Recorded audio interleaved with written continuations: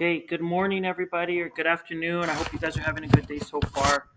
So, when we did our exploration report yesterday, there was a few students that asked some questions like, why do we do graphene? Why do we learn it? Who invented graphene? Where did it come from? So, today I'm going to give you a little bit of a history lesson, just a short background into some where graphene came about and who came up with the idea and why it's useful.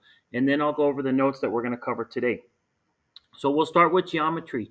Way back in the day, like in when they built the pyramids and ancient Rome, ancient Greece, they really loved geometry. Like geometry was where it's at. They used geometry because, or they loved geometry because it was very useful to build things that they needed. So the aqueducts, these pictures up here on the top, that's called an aqueduct. They built those to bring running water to the cities, which helped keep it clean and bring a lot of kind of like uh, nice, comfortable living to the city. They also built these big, huge buildings. You can see a lot of geometric shapes here, like a triangle and columns, which have are circular in shape. And then we have the Colosseum, which is in a circle, and then these arches, which are circles and squares put together.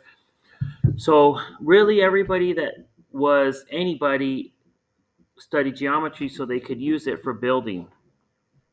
Around the same times they were developing algebra, but there was the people that studied algebra were like, no, geometry is not cool, algebra is where it's at. And the argument was that algebra was great at describing relationships and it had all these numbers and variables, and they started to discover all these relationships with numbers and variables and things to ways to describe things in nature. But the problem was it was mostly just equations. There wasn't really like any usefulness of algebra. At the other thing that you need to understand is around these times, it wasn't like it is now where we all study these things very easily in class every day. It was only a very few people in the world that would either study geometry or algebra or both, but they were really like philosophers and like really just a few people that were able to, a few elite people that were able to have access to this information and study these things.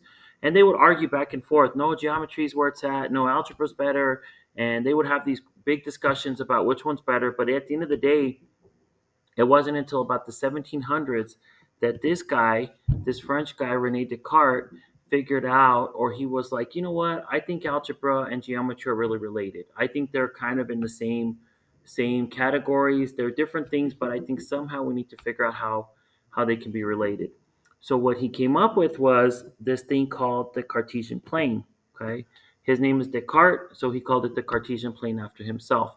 And what he decided, or what he kind of came up with, was this idea that we can define things, we can put these numbers into a grid, and we can put the horizontal direction here, and he named that the x axis. And then he has these numbers up here going up and down, and he has all these lines going across up and down, and he labeled that the y axis. And once he was able to develop this idea that let's put evenly spaced grids and start putting numbers on them, we could actually start visualizing and taking these equations that already existed from algebra and geometry and start combining them with this grid and start visualizing these equations that they were coming up with in algebra. So once we were able to visualize or put these equations in picture form, which is all graphene is. Graphene is just putting things in a picture form so that we can see what the equation looks like on a 2D grid. Okay, so we look and see what it looks like in a two-dimensional plane. That's what the Cartesian plane is. That's what the XY coordinates are. And once he figured this out, we were actually finally able to put geometry and algebra together. So not only is geometry useful for building things, but now algebra is actually useful for putting it into these graphical form or these visual forms, and we can start doing things like scientists and engineers could start using algebra and geometry or this graph and start graphing things to actually start using it for to visualize or represent physical phenomenon like things that happen in nature like speed and velocity and things traveling at a certain distance and distances between planets and all this other stuff. We were able to now actually put it in a visual form that we could see as opposed to just working with equations. So things like we still use it for building, we started using it for science, for things that fly up and down, that travel in a what's called a projectile motion. So this kind of arch, this half circle here, right here, things that travel in circles are like bullets and cannons and rockets and all these things that we started to be able to use science and mathematics to now represent things that happen in the real world. So it was a big step for not only just mathematicians but really for regular people to start using applying this to really more science and engineering. And that's why we need to start, that's why we learned graphing. That's where it came from. So obviously you guys aren't going to be out there, we're not like graphing lines every day in our real life. But people who use this are like, when you're using your phones to find some place, maybe you want to go eat or you want to meet up with your buddy and they drop their pin or they pin their location, that's based off of GPS. And GPS is basically like a grid. We separate the world into a grid, except instead of X, Y axis, we call it north, south, east, and west. But there's basically like a giant grid around the earth, and each one of those grids gets a coordinate point, and that's what the GPS coordinates are. So every single place on the planet gets a number. That GPS is equivalent to like an X and Y axis point or a coordinate point. So that's why it's like I said, maybe you're not going to be going out solving equations all day long and trying to graph things all day long in your life. But these tools that you use, the things that people have come up with over the last decades and centuries that we use in technology, that's all coming from algebra and geometry and being able to graph things. Okay. Let me go ahead and get back to the note. So that's a little history lesson. Let's go over to the note so we can pull that up. Sorry for the delay. I'm going to see if I can pause this for a sec. Can I pause it? No, I can't. So give me a sec. I'll pull up the notes. We'll go over that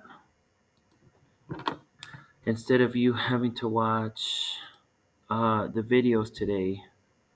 I'll go over them with you. Okay. So we're just going to cover objective one.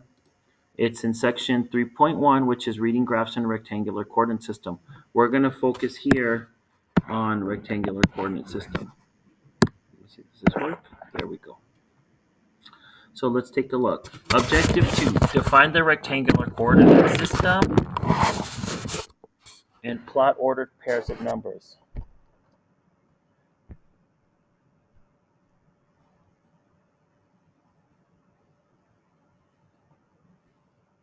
Okay, so let me cover, we're going to put the x and y coordinates can be used to describe the location of a point in a plane. And when we say a plane, what we're talking about is this. This is a plane. It's called not like an airplane, but it's called a plane, P-L-A-N. That's just the word that they used back in the day instead of describing to describe 2D shapes. A single ordered pair. So I'm going to highlight this.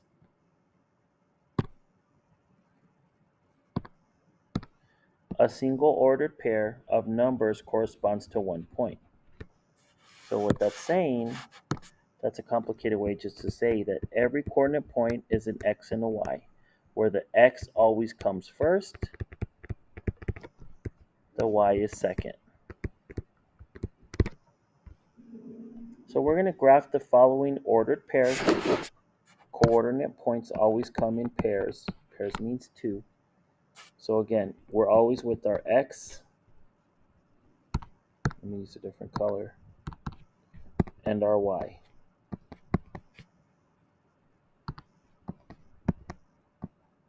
X and y. So again, let's label these. I want you guys to write this down in your notes. The horizontal plane or the direction left to right is x. Left or right. Okay. The y-axis or the up and down is up or down. Okay. And then this special point in the middle, this is called the origin, and it's always 0, 0. Okay. So if you look, you've got 0, 0 here in the middle. If you go to the right is positive. If you go up from the origin, it's positive. Okay, and this is called quadrant 1. But look, if you go to the left of 0, well, those are all your negative numbers. And if you go up, well, you're still going in positive direction. Okay. Now, if you go down, those are your negative numbers. Okay, so I'm going to put a little minus sign there. So if you go up or right, it's positive. If you go left or down, it's negative. So that's quadrant 1. This is quadrant 2. And the reason they're called quadrants is because if you break up the page into if you break the page into these pieces, you have four parts. 1, 2, 3, 4.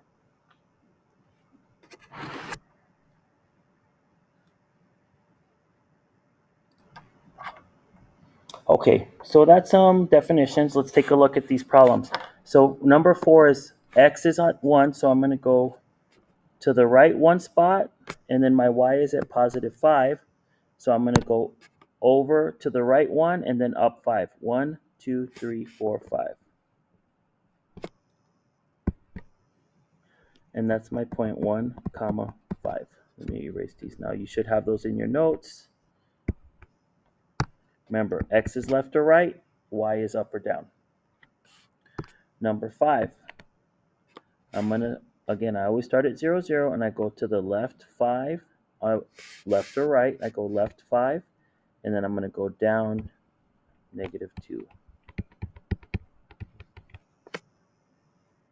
Number 6. I'm going to go, x is at negative 3, so I'm going to go to negative 3. And my y is 0, so I don't have to go up or down. I stay on the x-axis.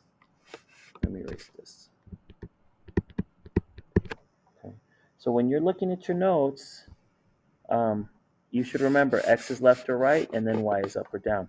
I want you guys on your own to work on 7, 8, and 9, plotting those on this graph here. As far as the fill in the blanks, this is what needs to go here. An ordered pair of numbers is of the form xy. So an ordered pair always looks like this, x and y.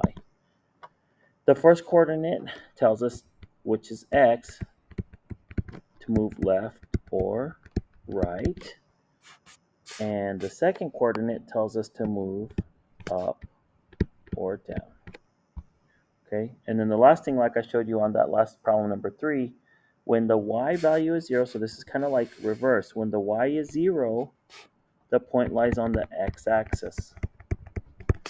But when the x value is 0, then the point lies on the y-axis. And you should see that when you're graphing. Okay. And that's it for today. We'll finish the other objectives tomorrow.